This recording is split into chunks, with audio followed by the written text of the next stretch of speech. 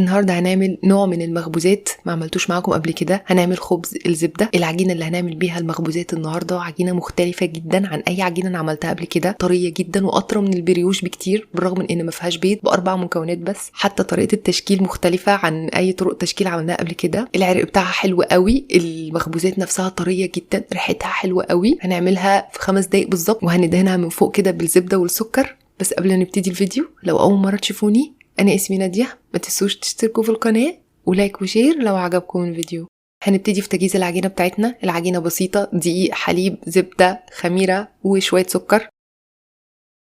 هنحتاج كوبايتين ناقص 3 معالق كبيره من الحليب، يعني كوبايتين وتشيلوا منهم 3 معالق كبيره. معلقتين صغيرين من الخميره الفوريه، 4 معالق كبيره من السكر، والحليب طبعا دافي. هنقلب المكونات دي كلها مع بعضها، وبعد كده هنحتاج 4 كوبايات من الدقيق. انا هحط 3 كوبايات ونص واشيل نص على جنب. زي ما انتم عارفين انا ما بحبش احط الدقيق كله مره واحده. المره دي انا هستخدم العجان لانه ناس كتير طلبت مني ان انا استخدم العجان، ولكن طبعا هي ممكن تتعجن على الايد عادي جدا.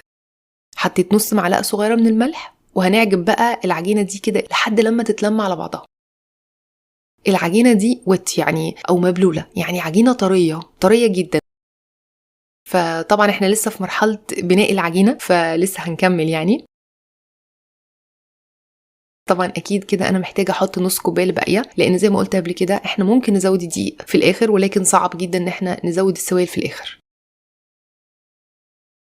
بصوا ده القوام اللي انا عايزه اوصل له. يعني انا عجنتها بس كمان دقيقه كده، يعني حطيت ال4 كوبايات دي وبقت بتلزق زي ما انتم شايفين، بس في حدود يعني ما بتلزقش جدا يعني. وبعد كده حطيت عليها 4 معالق كبيره من الزبده. الزبده تكون طريه مش ناشفه قوي ومش سايحه قوي. وهنعجن بقى العجينه لمده تقريبا 3 أو 4 دقايق لحد لما توصل للقوام اللي انتوا شايفينه ده. هي بتلزق ولكن مش بتبهدل الدنيا. بصوا انا بحط صباعي عليها، بصوا بتلزق في صباعي وانا بشيله، بس مفيش حاجه بتطلع في صباعي، يعني في حدود ليها اقدر ان انا اتحكم فيها الى حد ما. مش زي عجينه خبز لفه الصوف، لا هي اطرى منه وبتلزق اكتر منه. بصوا انا هاخد حته بس اوريكم شكلها عامل ازاي في ايدي. بصوا بتلزق ولكن ممكن اتخلص منها عادي، مش هيحصل حاجه، ايدي نضيفه اهي. طبعا اللي في ايدي ده، العلامه اللي في ايدي دي ختم الجوده. دي لسعه من الفرن عادي يعني.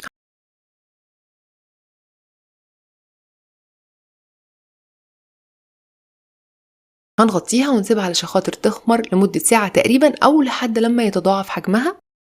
شايفين شكلها؟ اطرى عجينه انا عملتها تقريبا. يعني انا بتهيألي ان احنا ممكن فعلا برضو نستغنى عن معجنات كتير او عجائن كتير اتعلمناها ونعتمد العجينه دي، وخصوصا ان ما فيهاش بيض، ناس كتير ما بتحبش البيض. حطيت رشه دقيق وحطيت عليها كده رشه من الدقيق لانها طبعا طريه، بس زي ما انتم شايفين انا قادره اتعامل معاها.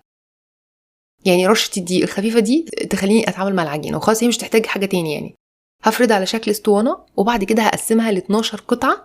بقسمها من النص، وبعد كده كل نص بقسمه نصين، وكل قطعه بقسمها 3 بعد كده، فبتديني 12 قطعه. هنكور بقى كل قطعه فيهم بالشكل اللي انتوا شايفينه ده. طبعا العجينه دي هتعمل معانا 12 واحده من الخبز اللي انتوا شفتوه في اول فيديو، لو صينيه الكب كيك بتاعتكم ارتفاعها يعني عالي. لو الصينيه صغيره، لان في نوعين من صواني الكب كيك، يبقى لو الصينيه صغيره هتعملوا 24 واحده، فده على حسب صينيه الكب كيك بتاعتكم. هعرفكم ازاي تظبطوا المقاس فيها يعني. ولكن لو الصينيه صغيره ممكن تنصصوا المقادير من اول الفيديو. كورتهم كلهم، وطبعا كنت مغطياهم علشان خاطر ما ينشفوش على ما كورت الكميه كلها. وبناخد واحده واحده بنبططها كده يعني على شكل فطيره صغننه، وبنقسمها ل3 اجزاء متساويه.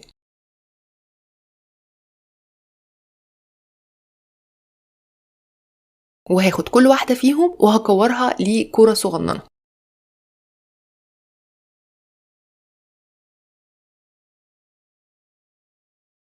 وبعد كده في صينيه الكب كيك، او لو عندكم قوالب سيليكون او اي حاجه مناسبه، وممكن مش لازم تعملوا الشكل ده. بحط ال3 كرات كده جنب بعض زي ما انتم شايفين. لازم يكون في مسافه كافيه فوق الكرات علشان هي هتخمر، فلو حطيتوها جوه لازم يكون في مسافه. لو الصينيه صغيره ولقيتوا مفيش مسافه، يبقى ممكن تطلع شويه بره وتعملوا يعني زي المشروم، يا اما تعملوا منها كميه اكبر، يعني تعملوا منها 24 واحده بدل 12 واحده. غطيتها وسبتها علشان خاطر تخمر الخمره التانية لمده تقريبا 40 دقيقه. انتفخت وارتفعت لفوق شويه كده، عايزاكم تشوفوا شكلها مرتفع لحد فين، الليفل بتاعها يعني، علشان ما تكبرش منكم قوي. وبعد كده بندهنها من فوق بحليب. مش هنحط بيض في العجينه دي ولا حاجه خالص، الحليب هو اللي هيديها اللون الفاتح اللي انتوا شفتوه في اول الفيديو. ولكن لو عايزين لون محمر زياده يبقى هندهن بصفار بضايه وعليها معلقه كبيره من الحليب زي ما احنا متعودين دايما. وبعد كده هندخلها الفرن على درجه حراره 180 سيليزيوس. الفرن متولع من قبل كده ومتسخن في نص الفرن على الشبكه زي ما انتوا شايفين كده. هتاخد في الفرن 15 دقيقه. الفرن متولع من تحت وفيه مروحه. على بقى ما تستوي هنحتاج معلقتين من الزبده، هنسخنهم كده وندفيهم، ونحط عليهم معلقه من السكر ونقلبهم مع بعض لحد لما السكر يدوب خالص. وده اللي هندهن بيه وش الخبز بتاعنا بعد ما يطلع من الفرن. هو خبز اصلا معمول بزبده، وهندهنه كمان بقى بالزبده اللي بالسكر دي، مش عايزه اقول لكم هتعمل فيه ايه. وهو سخن كده قبل ما يبرد هنحط عليه الزبده السايحه. طبعا انتوا عارفين الخطوه دي بتعمل ايه في المخبوزات عموما. طبعا السكر مع الزبده دول هيدوه يعني طعم تاني، وهينقلوه لمكان تاني فوق خالص بعيد عن اي اماكن تانية.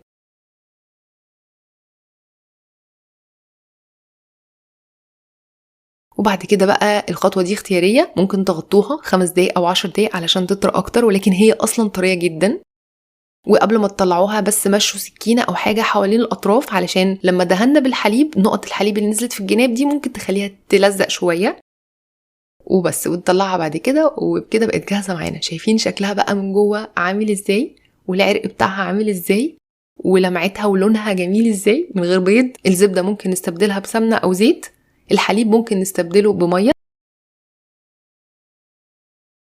وبس كده. اتمنى ان الفيديو يكون عجبكم. ما تنسوش تجربوا الوصفه وتقولي رايكم فيها. نزلوا تطبيقاتكم على الجروب بتاعي على الفيسبوك، واشوفكم ان شاء الله المره الجايه في فيديو جديد.